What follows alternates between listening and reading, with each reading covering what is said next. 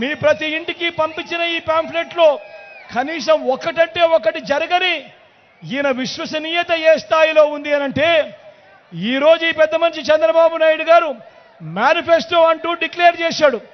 Declare చేస్తే ఏమైందో తెలుసా? డిక్లేర్ చేస్తే పైనుంచి బీజేపీ ఫోన్ చేసి అయ్యా నీ ఫోటోనే పెట్టుకో, మోడీ ఫోటో మాత్రం నీ మేనిఫెస్టోలో పెట్టుకోవాకు, మేము ఒప్పుకోము అని అంటా ఉన్నారు.